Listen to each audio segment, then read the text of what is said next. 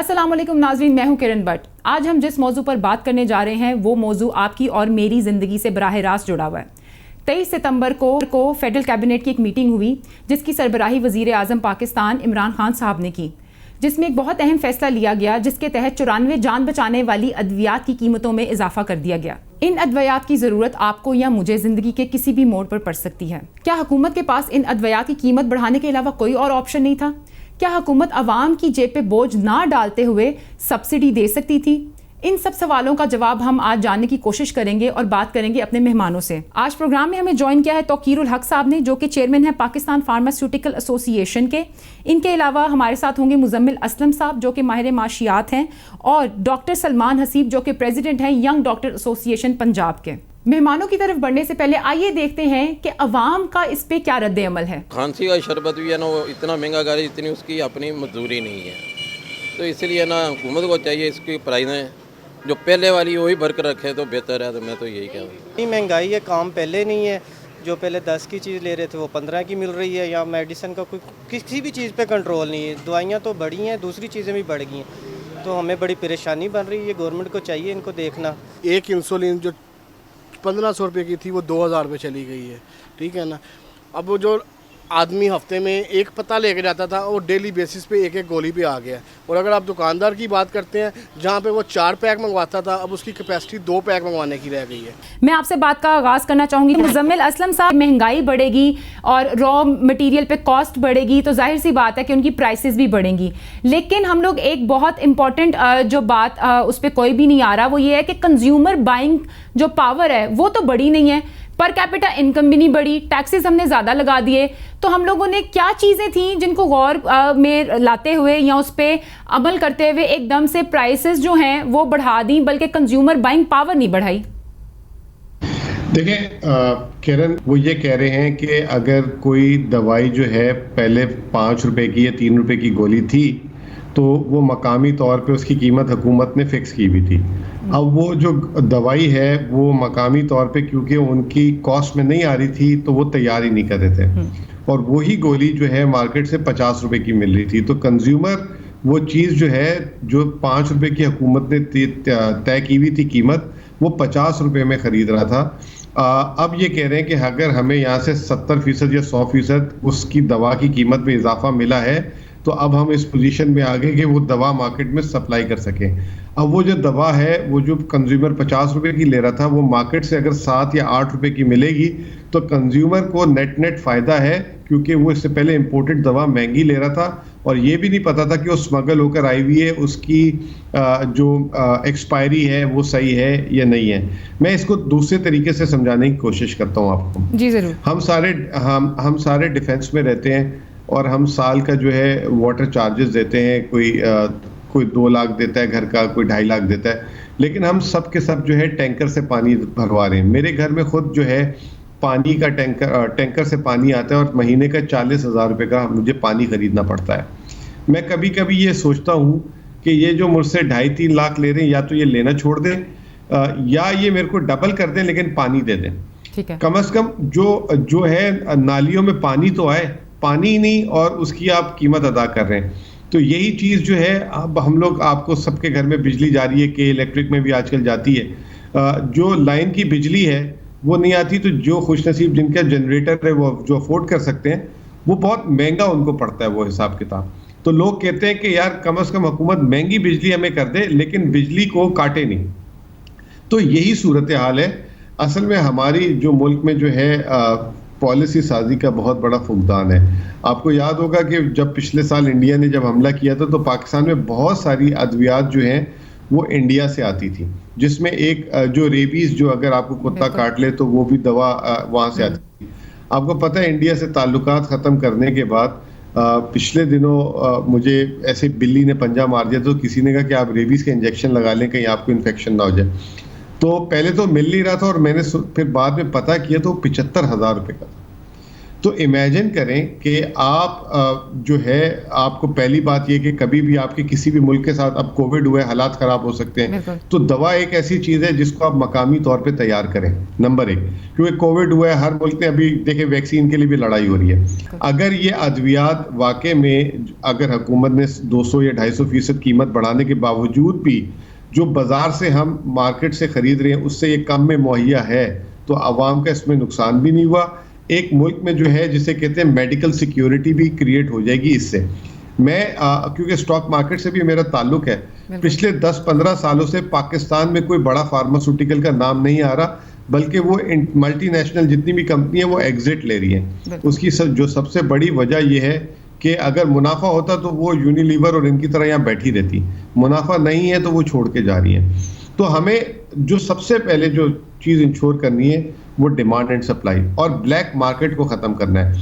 यहाँ पे तो लोग चाहते हैं कि कोई चीज़ तैयार ना हो, स्मगल होकर आए, ब्लैक मार्केटिंग हो। आपको याद होगा कोरोना के दिनों में किस तरीके से मार्केट से दवाइयों को गायब किया गया, कितने कितने फीसद जो है उस पर चार्ज किया गया। तो ये भी एक इंडस्ट्री माफिया से भरी हुई है। अब हुकूमत को इसमें ये देखना है कि आया जो इन्होंने अभी ये कीमत इनकी बढ़ाई है ये जस्टिफाइड है या गन पॉइंट पे किए, ये मैं नहीं बता सकता। मैं आपके इसी आर्ग्यूमेंट पे एक सवाल आपसे ये करना चाहती हूँ मुजम्मिल, कि जब हम लोगों ने अब ये देख रहे हैं कि कोविड अब ख़त्म हो रहा है, मतलब तकरीबन ख़त्म हो गया है, लेकिन कोविड के दौरान कई लोगों की जॉब्स चली गई, घरों में उनके पास खाने के लिए पैसे नहीं हैं। उस सारे टाइम पीरियड को देखते हुए इस वक्त पे गवर्नमेंट को ये प्राइजेस एकदम से बढ़ानी चाहिए थी इन दवाइयों की, जो कि बहुत ज़्यादा अहम दवाइयाँ हैं।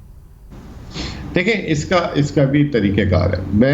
मैं ये समझता हूँ कि one size does not fits all, ठीक है ना। जो आपके जूते का साइज़ है वो मेरे जूते का साइज़ नहीं है, ठीक है ना। हर एक की अपनी अपनी रिक्वायरमेंट है। अब इस मुल्क में अब गरीब से गरीब आदमी भी है, दरमियाने तबके का भी है, अमीर आदमी भी है। अच्छा, जब दवा की कीमत को कम रखा जाएगा और जानबूझ के कम रखा जाएगा या किसी भी चीज़ की कीमत को कम रखा जाएगा तो होगा क्या, उसमें जो है अगर एक अमीर आदमी को भी अगर आप उसकी पैदावारी लागत से सस्ती देंगे तो आप उस कारोबार करने वाले के साथ ज्यादती करें। दुनिया में क्या होता है, दुनिया में ये होता है कि जैसे अभी हमने देखा था कि गवर्नमेंट ने कैश कूपन दिए एहसास के चक्कर में, लेकिन एक जैसे आपने कहा एक दरमियाने तबके का मिडिल क्लास का आदमी जब बेरोजगार हो जाएगा तो उसको ये दवाई महंगी जो है ना एक पहाड़ लगेगा, राई का पहाड़ लगेगा। उसका तरीका ये है कि दुनिया में जो लोग पेंशन देते हैं, मैं समझता हूँ कि जैसे आप भी टैक्स कटवाती है, मैं भी टैक्स कटवाता हूँ। जब हम बेरोजगार हो खुदा ना खासा किसी वजह से, तो हुकूमत को एक अलाउंस देना चाहिए वापस, क्योंकि हम जो टैक्स दे रहे होते हैं पूरी दुनिया में, वो टैक्स जो है वो अगर कोई बेरोजगार हो जाता है तो उसको वापस दिया जाता है ताकि वो अपनी मामूलाती ज़िंदगी चला सके। इसी तरीके से जो जान बचाने वाली अद्वियात है वो ज़्यादातर एल्डर्स के लिए यूज़ होती हैं, जो बुढ़ापे में लोग होते हैं। ये एल्डर्स जो है पूरी ज़िंदगी टैक्स कटाती है, पूरी दुनिया में इनको जो है एक जो है ना उनको फ्री मेडिसिन मिलती है और गवर्नमेंट उसका बोझ उठाती है। तो मैं ये समझता हूँ इसको बैलेंस हुकूमत इस तरीके से कर सकती है कि ये जो महंगी अद्वियात हैं, जो टैक्स पेयर हैं, जो मुतवसत तबके हैं, उनको अलग अलग तरीक़ों से कंपनसेट कर सकती है। मेरी इत्तला के हिसाब से पंजाब हुकूमत और सिंध हुकूमत इलाज भी फ्री करती है और दवाइयाँ भी फ्री बांटती है। भाई आप दवाई फ्री बांट रहे हैं तो क्यों अवामी कर दी है। अब सिंध हुकूमत वाले पिछले दिनों कह रहे थे कि जी सिंध में इलाज कराने के लोग पंजाब से भी आते हैं, केपी से भी आते हैं, ठीक है ना।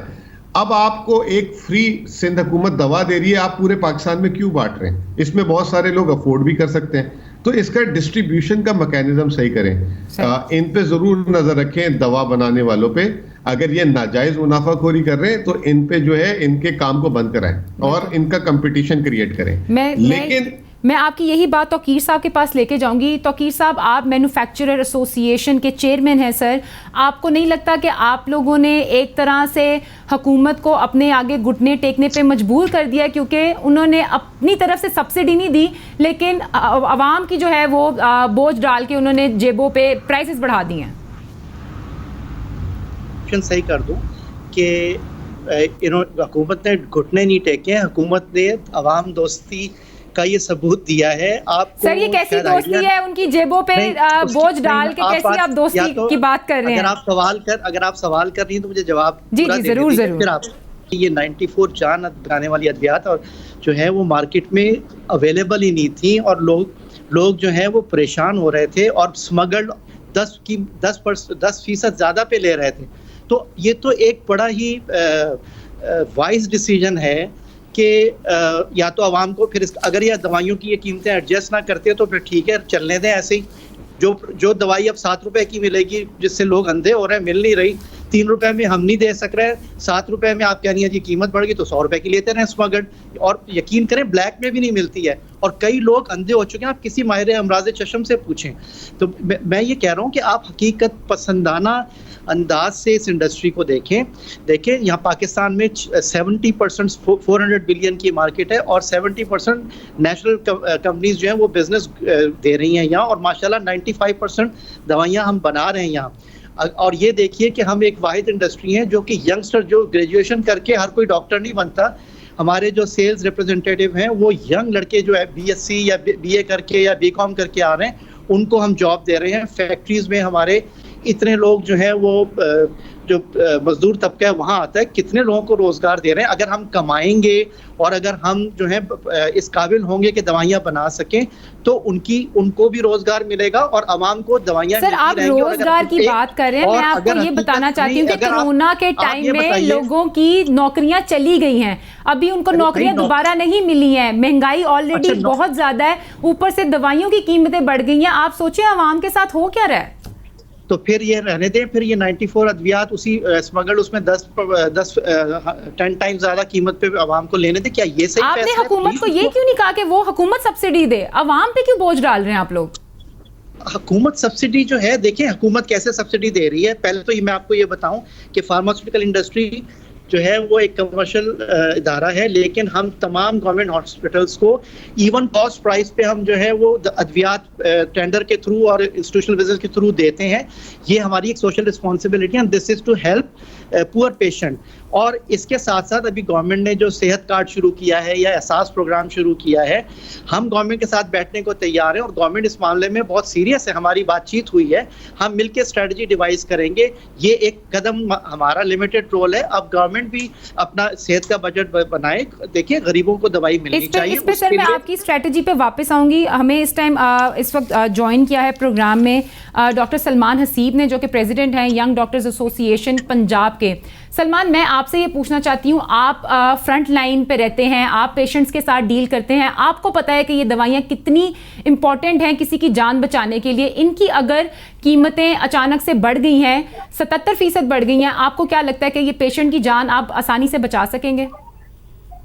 बिस्मिल्लाहिर्रहमानिर्रहीम। बहुत शुक्रिया मैडम किरण, आपने एक बड़े अहम इशू की तरफ जो है आवाम की तवज्जो दिलवाई है और मीडिया के ऊपर इस इशू को टेकअप किया है। हमारा ये दरीना मुतालबा रहा है कि अस्पतालों में तमाम अद्वियात जो हैं, स्पेशली जो लाइफ सेविंग और जो बेसिक मेडिसिन है, वो मुफ्त होनी चाहिए। और मैं आपको ये बता दूं, गवर्नमेंट ऑफ पाकिस्तान और government of Punjab step by step जिस तरफ मूव कर रही है, उनका मकसद सिर्फ और सिर्फ हर तरफ निजकारी को आम करके अद्वियात की मुफ्त फरामी को खत्म करना है। अभी हमारे दोस्त भी बैठे हुए हैं, ये सारे के सारे प्राइवेट हैं, बिजनेसमैन हैं, तो देखें मुनाफा कमाना तो इनका काम है, इनकी जिम्मेदारी है। अब अगर आप इनसे ये एक्सपेक्ट करें कि इनको केयर हो के मरीजों को बचाना है, जान को बचाना है, तो मेरा ख्याल ये इनकी जिम्मेदारी नहीं है। इनके ये बिजनेस करने आए हैं, ये पैसा कमाने आए हैं और उन्होंने पैसा कमाना ही कमाना है। इनसे रोकना, इनको आप पुश करें कि जी आप दवाइयाँ सस्ते रखें, ये नहीं है। फिर आपको मैं बड़ी बात बता दूं कि जो इस वक्त आपका मेडिसिन का जो बिजनेस है, more than 50% are the politicians. हमारे सेनेट में हमारे पुरानी गवर्नमेंट के जो हाई ऑफिशियल्स थे, हमारी प्रेजेंट गवर्नमेंट के जो बड़े बड़े लोग हैं, वो सारे के सारे मेडिसिन कंपनीज के मालिक हैं। और माशाल्लाह ये बहुत ही मुनाफे बख्श और बड़ा अच्छा कारोबार है। हर शख्स को, पाकिस्तान के एक शख्स को ये कारोबार करना चाहिए। तो गवर्नमेंट जो है अमेरिका की तर्ज पे अपनी बुनियादी जिम्मेदारियों से स्टेप बाय स्टेप मुबर्रा हो रही है। मैं आपको बता दूं, ये तो एक बड़ा बुनियादी इशू है। गवर्नमेंट ने इस वक्त जो मुफ्त इलाज की स्कीम है उसको भी खत्म कर दिया है, और इसी तरह के हमारे बहुत सारे बिजनेसमैन दोस्तों को बोर्ड ऑफ गवर्नर्स के नाम पे अस्पतालों पे नाफिज करने की कोशिश कर रहे हैं। तो ये तो आपने बड़ी आपकी मेहरबानी है कि आपने अद्वियात की तरसील की बात की है। आने वाले दिनों में आप देखेंगे कि मौजूदा गवर्नमेंट की मेहरबानियों से जो डॉक्टर की एक देख लेते हैं अस्पतालों में, वो भी मुहैया नहीं होंगे। लोगों के पास ऑपरेशन करने की फी नहीं होगी। आज आप देख लें कि चिल्ड्रन अस्पताल लाहौर में, PIC अस्पताल लाहौर में बहुत सारे मरीज पेशावर से KPK से आते हैं, क्योंकि वहां पे वो इलाज बेचारे नहीं अफोर्ड कर सकते। तो हम ये समझते हैं कि बजाय इसके कि गवर्नमेंट हर चीज से भागती जाए और ये सारे बिजनेसमैन की जिम्मेदारी हो, बहुत जरूरी है इस वक्त कि गवर्नमेंट की अपनी मेडिसिन बनाने की कंपनीज हो। गवर्नमेंट को फलाही, अगर ये अस्पतालों को, मेडिसिन के तमाम शोबे को अगर ये फलाही अदारा बनाना चाहते हैं तो इनकी जिम्मेदारी है कि ये अपनी अद्वियात एटलीस्ट जो बेसिक लाइफ सेविंग मेडिसिन हैं वो इनकी अपनी होनी चाहिए। लेकिन ये आपको बताएं, इन्होंने महकमा तिब को, लोगों की जिंदगी बचाने वाले शोबे को इन्होंने बिजनेस हब बना दिया है। तो अगर आप इसको एज ए बिजनेस यूज करते रहेंगे तो फिर मेरा ख्याल है कि किसी को भी अगर आप कहें कि जनाब इन्होंने ये मुनाफा क्यों कमा रहे हैं, तो ये इनके साथ नाइंसाफी है। उन्होंने इन्वेस्टमेंट्स किए हैं, उनकी जिम्मेदारी है कि वो मुनाफा कमाएं और उन्होंने मुनाफा कमाना है। और ये बुनियादी इंसानी हकूक असूल हैं कि जो बिजनेसमैन होता है उसने मुनाफा कमाना होता है। फिर आप ये कहें आप सब्सिडी दें या अपनी जेब से अपना पेट काटें, उन्होंने नहीं काटना। गवर्नमेंट ने जब अपनी बुनियादी जिम्मेदारियां बंद कर देनी है तो मेरा ख्याल है मेरे दोस्त, चाहे वो मेडिसिन कंपनियों के हैं, चाहे वो ये गवर्नमेंट कुछ ही दिनों में बोर्ड ऑफ गवर्नर्स के नाम पे अस्पतालों पे मुसल्लत करेगी, तो फिर सब ने यही करना है कि उन्होंने अपने बिजनेस करने हैं और वो उनका मेरा ख्याल है कि लोगों ने अपने बिजनेस करने हैं और इनसे हम लोग ये बिल्कुल नहीं उम्मीद रख सकते कि ये अपने बिजनेस खराब नहीं करेंगे, बल्कि जान बचाने वाली अद्वियात को जो है वो महंगा कर दिया जाएगा। मैं एक आखिरी क्वेश्चन जो है सवाल करना चाहूंगी तौकीरुल हक साहब आपसे, आइंदा आने वाले महीनों में जो है वो प्राइसेस दोबारा से हाइक होंगी इनकी कि नहीं? देखें, बात सुनिए, अगर तो आप ये चाहती हैं कि पाकिस्तान में अद्वियात अवेलेबल हों, और ये एक अच्छा डिसीजन लिया है गवर्नमेंट ने कि अभी जान बचाने वाली अद्वियात हैं, अगर आप ये समझती हैं कि पाकिस्तान में दवाइयाँ मिलनी चाहिए तो इस इंडस्ट्री को जो है वो उसको हकीकत के तौर पे देखना होगा।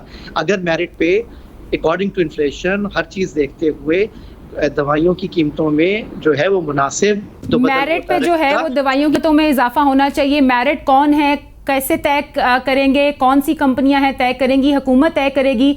इससे रिलेटेड कोई पॉलिसी जो है वो अभी तक हमारी हुकूमत नहीं बना सकी। आपने तमाम मेहमानों की बातें सुनी।